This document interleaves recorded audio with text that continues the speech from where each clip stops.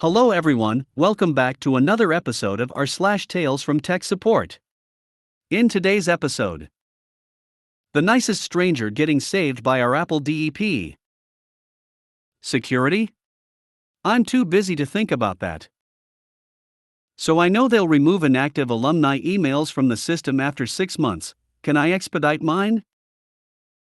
Before we get started, make sure to subscribe so you will never miss a video. So let's get started. The nicest stranger getting saved by our Apple DEP. I worked for a financial institute. This was right around the holidays a few years ago. I get a call from helpdesk, non-IT, at my company saying there is a person, non-employee, on the phone who has a device, iPhone, with our company on it, and he's looking for a login. This is the main purpose of Apple DEP, in case you don't know what DEP is. Think iCloud activation lock, but if the serial is registered to our company, the activation unlock part after wiping it goes to our company MDM login. This is regardless of if you have iCloud/Find My iPhone turned on. At this point I get the guy's information, and he was the nicest, friendliest guy. I get the serial number. He tells me he bought this off Craigslist for $180, I think it was an iPhone 8. He just wanted to use the phone and thought it was a retired phone we used to own. At this point I think I am dealing with internal theft. I am thinking IT helpdesk guys are selling company phones on Craigslist. I do some digging in our MDM and find the last person the phone was registered to. I also see that this person has a new phone. I go straight to the helpdesk manager and explain. She is now concerned.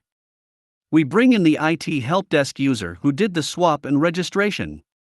We casually ask like nothing is wrong, what happened with the user who had the phone swapped? He explains that they lost the phone, but they think it will turn up, so the user was lent a loaner phone until it's found. At this point we are relieved that there is no internal theft, but now worried about that the phone, which may or may not have company data on it, and is in the hands of a stranger. The stranger is also out $180. We talked to compliance about the issue, and we are 90% sure the phone is wiped because it was at the MDM login screen, but not 100%. The phone should have been remotely wiped when first reported, but the user who lost it thought it would turn up at his place, car, etc. It lost communication with the MDM, either with the SIM card pulled, or someone wiped it with a PC/Mac. I called back the guy and explained that he bought a lost company phone. I told him we can reimburse him for the money he was out, $180, if he returned the phone to us. We upped it to $200 for his troubles. In compliance's mind, it was worth $200 for peace of mind. This way he is made whole, and we can verify the phone doesn't have company data on it. He returned it and was grateful. We were grateful to him.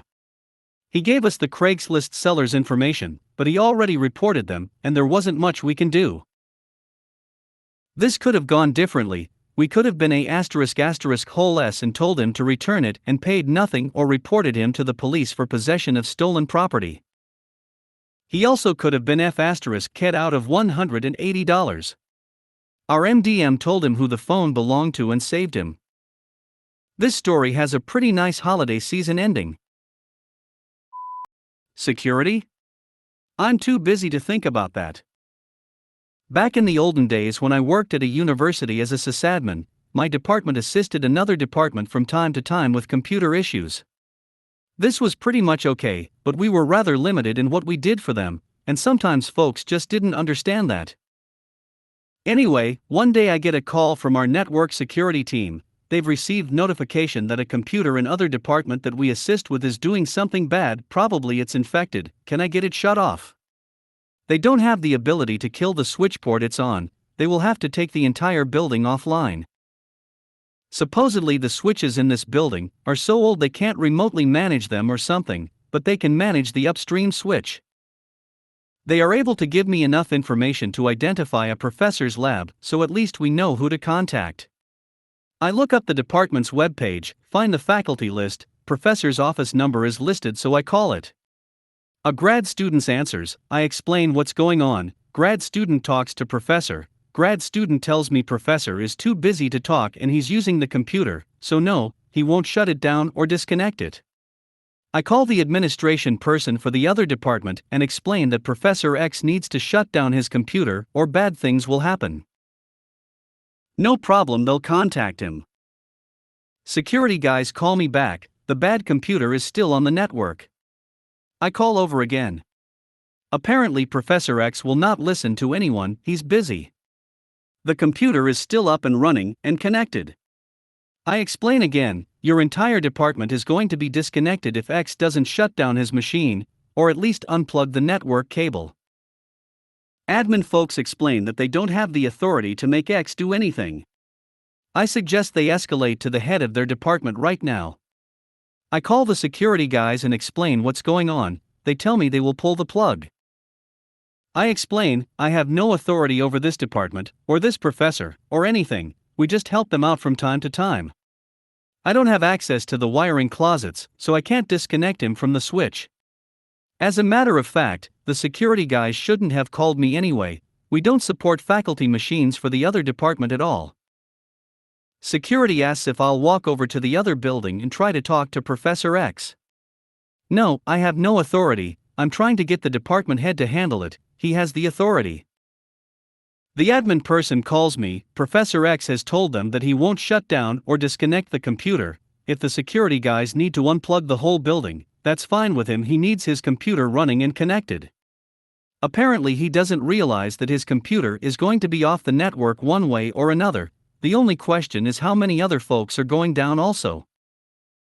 Finally Professor X realizes he better do what he's been asked, or a whole lot of folks are going to be pretty mad at him, so he unplugs his network cable. Sometime later he got his system patched, and I had a meeting with the head of the department on what they should do. I said they could hire a sysadmin/network person, and give them authority to disconnect machines that had problems, that was how it was handled in my department. Of course they didn't have the budget for that, so it didn't happen. Eventually the switches in that building got upgraded so that the security guys could shut down individual ports, which pretty much solved the problem. So I know they'll remove inactive alumni emails from the system after 6 months, can I expedite mine? So I'm a student worker for my university's ITS help desk. I enjoy the job and generally it's smooth sailing with people calling needing help with password resets and occasionally the faculty needing us to fix some Zoom/high flex stuff. Anyways, our university put out a notice to all alumni with emails that if they don't utilize their college-affiliated emails after 6 months then they'll be removed from the system. This is generally due to security concerns and also to clear up some room on the servers which have like 300,000 plus email accounts on record but only 40% of them actively used. We anticipated a bunch of calls from people either upset or panicking or confused about this, and we have gotten a decent amount of tickets so far, which my supervisor has mostly taken care of. We got a call from an alumni about the email thing, but to all of our surprises they weren't trying to save it, but delete it faster. The wild thing is that they told me that they reset their password shortly before calling us, but then decided immediately to 180 and get rid of the account. We told them that as long as the email account is not touched or interacted with in 6 months, it'll delete automatically, so really the caller doesn't have to worry about it. I see, but can you expedite deleting it? I don't want to have an old email floating around affiliated with me if I'm not using it. I get the caller's concerns, but we all found it funny, because up to the point the notice email was sent out, they didn't care as much about this. Also, they literally reset their password, which one would normally do if they wanted to get back in. We did deactivate their account for them, and of course the whole thing was friendly and cordial, but when I hung up my coworkers and I had to laugh at the apparent absurdity of it all. It's like accelerating the car as you see the bridge collapsing in the distance. Times like these are why I'm never bored here.